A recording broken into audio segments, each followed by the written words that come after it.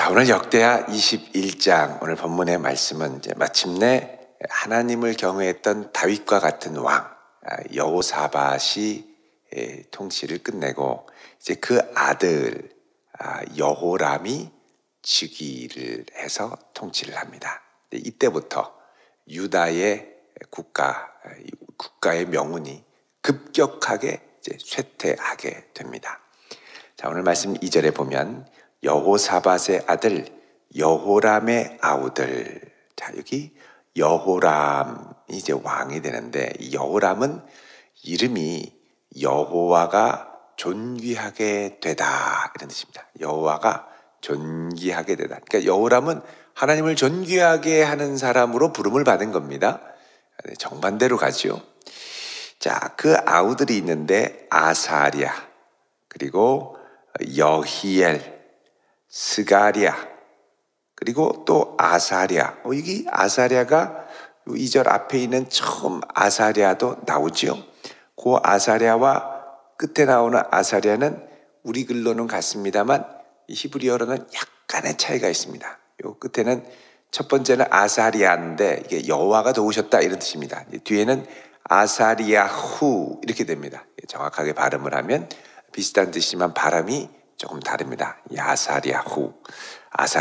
그래서 뒤에 나오는 아사랴, 그리고 미가엘, 스바디아 다 유다왕 여호사밧의 아들들이라. 하나님이 아들들을 많이 주셨죠. 그의 아버지가 그들에게는 은금과 보물과 유다의 견고한 성읍들을 선물로 후히 주셨고, 각 성읍, 도시 성읍들을 다스리는 왕으로 일종의 분봉왕과 같이 제후들로 삼았습니다. 그리고 여호람은 장자이기 때문에 왕위를 주게 되었죠. 자, 여러분, 이 여호람이 왕위를 계승하는 방식을 보면 참 지혜롭다라는 생각을 합니다. 여러분, 열왕기 상 8장을 한번 보십시오. 열왕기 하 8장, 열왕기 하 8장 16절을 보시면 이스라엘의 왕 아합의 아들 요람 제5년에 여호사밧이 유다의 왕이었을 때에 유다의 왕 여호사밧의 아들 여호람이 왕이 되니라 그럽니다. 여호람이 왕이 될 때 나이가 32세고 예루살렘에서 8년 동안 통치했다 이렇게 얘기를 합니다. 여기 이제 이 이스라엘의 왕 아합의 아들 요람 제5년 요때가 여호사밧이 유대의 왕이었는데 그때 여호사밧 아들 여호람이 왕이 되었다 이렇게 얘기를 합니다. 그러니까 이게 이제 아합의 가문과 밀접한 관련성 가운데 가는데, 자, 여기도 약간 언급이 됩니다만 이제 이 여호사밧이 그 아들에게 왕위를 물려주었을 때는 한 5년 정도의 이 섭정 기간을 가졌습니다. 이게 마치 이제 뭐와 비슷하냐면 여러분 다윗이 자기가 통치를 할 때 솔로몬의 왕위를 세워주고 죽었죠. 그런 것처럼 이 여호사밧도 다윗과 같이 자기가 살아있을 때의 아들들의 관계를 다 정리하고 그리고 장자인 여호람에게 왕위를 이제 물려주고 그 다음에 이제 하나님의 부르심을 받아서 죽게 됐습니다. 이런 거 보면은 이제 이 섭정의 기간이 약 한 5년 정도 있었던 걸로 추정을 합니다만 아들에게 왕위를 물려주고 어떻게 여호와를 경외하는지를 알려주고 또 혹여나 그 왕이 되는 이 권위와 또 재산의 문제에 있어서는 깔끔하게 아버지 살아생전에 다 정리를 해준 거죠. 그러니까 여호람이 그만큼 하나님을 경외하는 마음으로 내가 끝까지 죽을 때까지 왕이다가 아니라 나를 이어 훌륭한 왕을 하나님이 이어주시길 원한다 하는 생각으로 겸손하게 이 모든 것을 자신의 사후에도 있을 수 있는 이 무질서와 혼란을 미리 생전에 다 정리를 한 겁니다. 그러니까 그만큼 지혜가 있었던 것이죠. 근데 이렇게 지혜가 있었는데 문제는 이 자기가 왕위를 물려줄 이 여호람의 신앙 자체는 제대로 점검을 하지 못했다는 겁니다. 그래서 이 여호람이 이 왕이 되니까 4절에 그의 아버지의 왕국을 다스리게 되어서 4절에 세력을 얻은 후에, 자, 절대적인 왕권을 다 얻은 후에, 아마도 이때 됐을 때는 여호사밧 왕 아버지가 돌아가셨을 때였겠죠. 그 다음에 자기가 권세의 전체 이 권세를 장악하고 나자 모든 아우들과 이스라엘 방백들 중 몇 사람을 칼로 죽였더라. 그렇죠. 자, 자신의 아우들, 그러니까 아우들이 다른 성읍의 제후가 되고 작은 통치자가 되는 걸 눈뜨고 못 보겠다는 겁니다. 니네들 거는 내가 왕이니까 다 내 거야, 이런 심보죠. 그리고 동생들을, 그러니까 쉽게 말하면 피해 숙청이 일어난 겁니다. 다 죽여버렸어요. 그리고 이제 이 선대왕 여호사밧에게 충성했던 사람들이겠죠. 이런 사람들과 부하들, 충성된 부하들, 이스라엘의 지도자들 중에 몇 사람을 칼로 죽였다 그럽니다.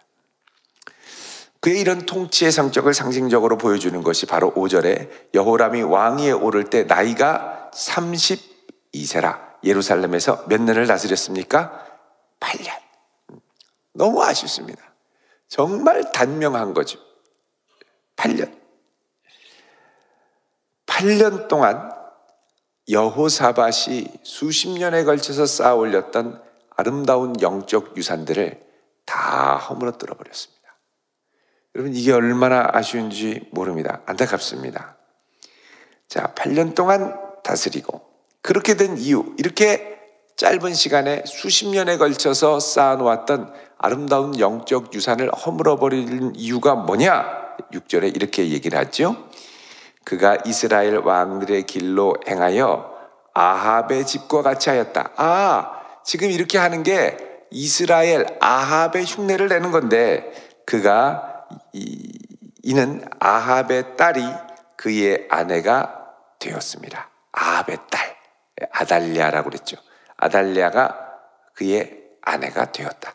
그러니까 사실 이 여호람 왕이 아내에게 휘둘려 살았습니다.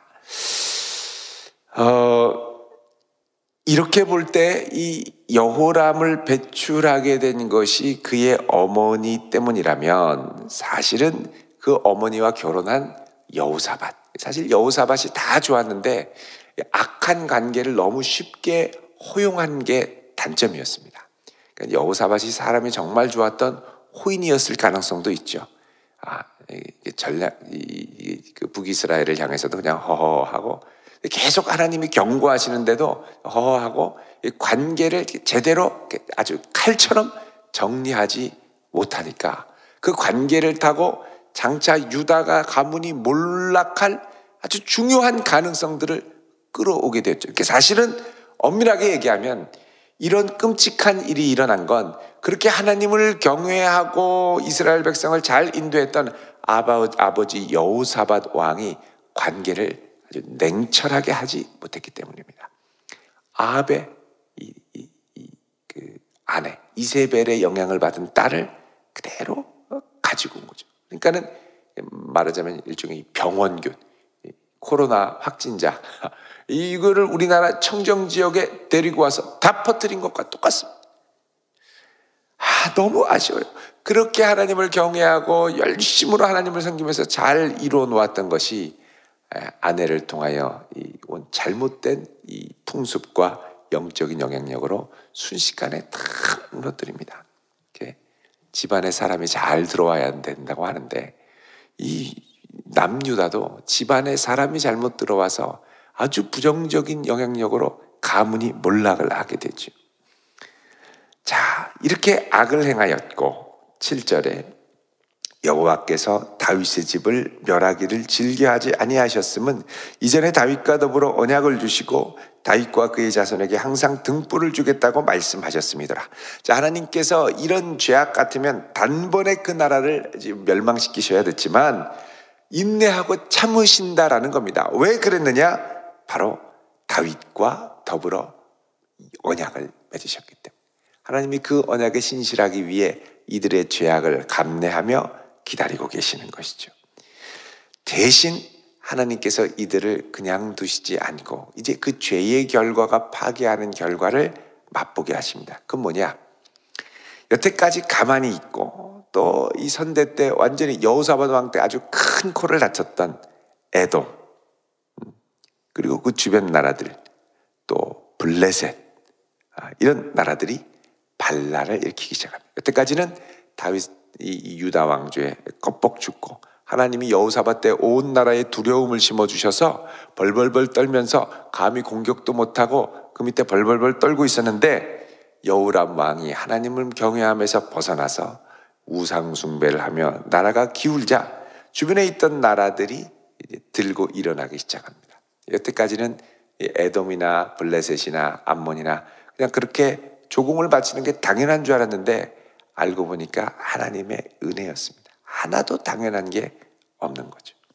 8절에 여호람 때에 에돔이 배반하여 유다의 지배하에서 벗어나 자기 위에 왕을 세움으로 여호람이 지휘관들과 모든 병거를 거느리고 출정하였다 그럽니다. 자, 지휘관과 모든 병거를 거느렸다라는 건 이런 괘씸한 놈을 만나 내가 아주 본때를 보여주겠다. 그리고서는 모든 병력을 총동원해서 혼내주려고 갔는데 한밤중에 일어나서 자기를 애워싼 에돔 사람과 그의 병거의 지휘관들을 쳤더라. 근데 여러분 이게 본문이 상당히 오해할 수 있는 여지가 큰데 정확하게 번역을 하면 한밤중에 일어나서 자기를 애워싼 에돔 사람과 그 병거의 지휘관들이 그를 쳤더라, 이런 말입니다. 그러니까는 이 에돔 병사들이 한밤중에 이 여호람 왕을 기습해서 그를 쳤더라라는 거죠. 기습 공격을 받았습니다. 기습 공격을 받아가지고 얼마나 깜짝 놀랐겠습니까? 자, 그래서 10절에 이와 같이 에돔이 배반하여 승리한 거죠. 여호람 왕은 겨우 목숨만 건져서 나오고 유다의 지배하에 벗어났더니 오늘까지 그러하고 그때에 그 주변에 있던 림나도 배반하고 여호람의 지배하에서 벗어났으니 이는 그가 그의 조상들의 하나님 여호와를 버렸습니다라 그럽니다.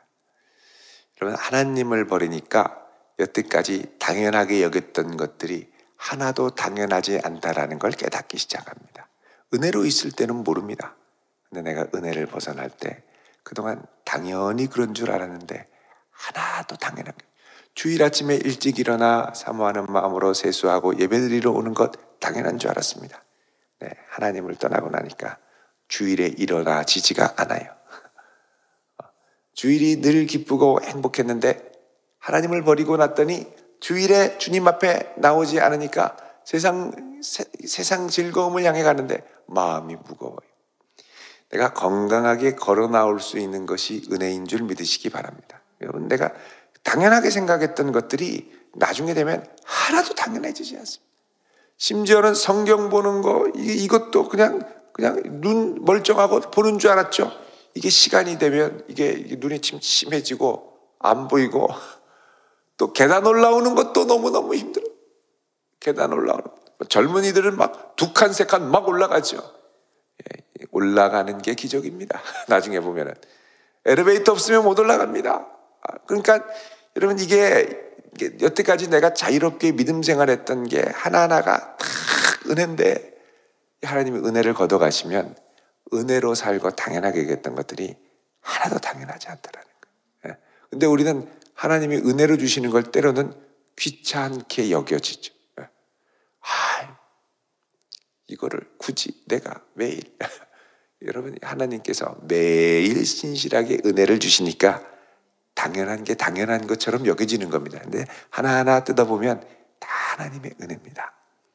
자, 이것을 보고 12절에 엘리야 선지자가 경고의 글을 보냅니다. 내 아비 여호사밧의 길과 유다 왕 아사의 길로 행하지 않고 오직 이스라엘 왕들의 길로 행하여 유다와 예루살렘 주민들이 음행하게 하기를 아합의 집이 음행하듯 하며 또 내 아비 집에서 너보다 착한 아우들을 죽였으니 여호와가 내 백성과 내 자녀들과 내 아내들과 내 모든 재물을 큰 재앙으로 치시리라. 여러분, 재물도 내 손에 있어서 재물인 것 같죠? 그것도 하나님이 은혜로 지켜주시니까 내수중에 있는 겁니다. 그 하나님이 치시면 순식간에 싹 날아갑니다. 아무것도 아닌 게 되는 거예요. 심지어는 너는 창자의 중병이 들고 그 병이 날로 중하여 창자가 빠져나오리라. 창에서 창자가 몸 밖으로 빠져나온다는 겁니다. 자, 이 정도 되면 회개해야 됩니다. 사실 그렇게 된다고 말씀하는 게 아니라 회개하라고 경고하는 거죠. 네가 회개하면 이 모든 재앙이 없어지겠지만, 물러가겠지만 회개하지 않고 계속 이러면 이 재앙이 너한테 닥칠 것이다. 하나님이 경고하는 겁니다. 그러면 경고 듣고 정신 번쩍 차리고 빨리 회개하고 돌아와야죠. 근데 어떻게 합니까? 이상하게도 이런 경고를 들으면 강팍한 사람들은 더 강팍해집니다. 16절에 여호와께서 이제 블레셋 사람들, 구스에서 가까운 아라비아 사람들의 마음을 격동시키십니다. 여태까지는 그냥 가만히 숨죽이고 유다 밑에 있었는데 이제는 야, 저거 아무것도 아니다, 일어나자 이러고 다 일어나는 겁니다. 그들이 올라와서 17절에 유다를 침략하여 왕궁의 모든 재물과 그의 아들들과 아내들을 탈취하였다. 막내 아들 여호아스 외에는 하나도 남기지 않. 그러니까 이게 뭡니까? 왕궁이 이제 으스러지는 거예요. 왕궁이 무너지기 시작하는 겁니다. 자, 이래도 회개하지 않는 겁니다. 이래도 회개하지 않으니까 18절에 이 모든 일 후에 여호와께서 여호람을 치사 능히 고치지 못할 병이 창자에 들게 하셨습니다. 정말 하나님의 약속대로 됩니다.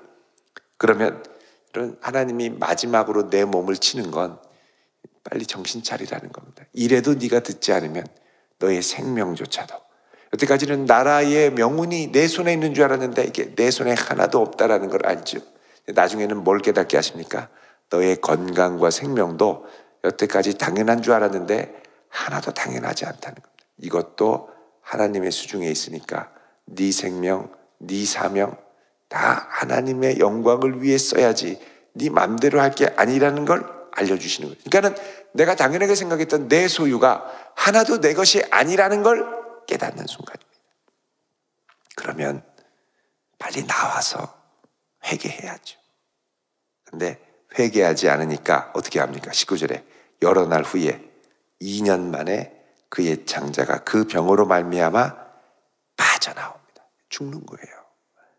백성이 그들의 조상들에게 분향했던 것처럼 그에게는 분향하지 않았다. 제대로 된 왕으로 취급해주지 않았다는 겁니다.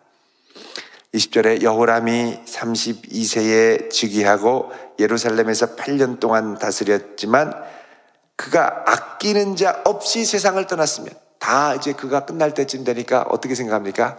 빨리 가지, 왜 이렇게 안 가나, 이런 생각하는 거예요. 다들 안타깝다, 가시면 안 되는데, 이래야 되는데 웬만하면 빨리 가라, 빨리 가라.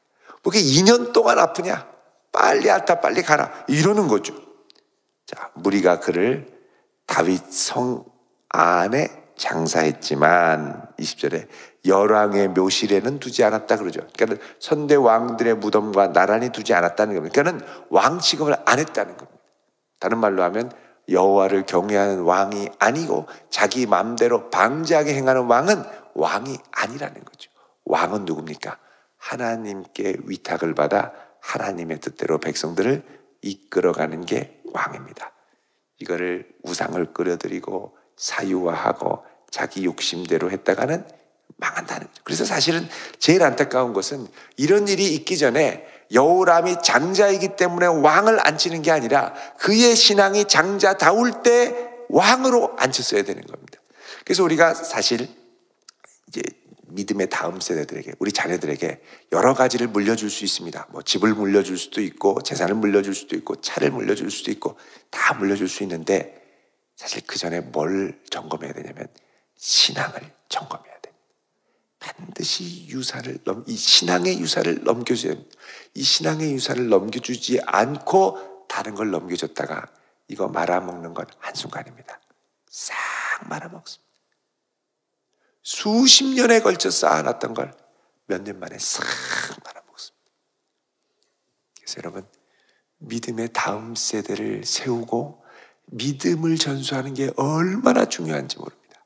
세상에서 잘 나가는 것도 중요하고 잘 되는 것도 중요하고 출세하는 것도 중요하고 다 중요한데 이 믿음의 중심 없이 다른 걸 넘겨주었다가는 이게 하나님의 영광을 위한 게 아니라 자기 망하는 데 사용합니다.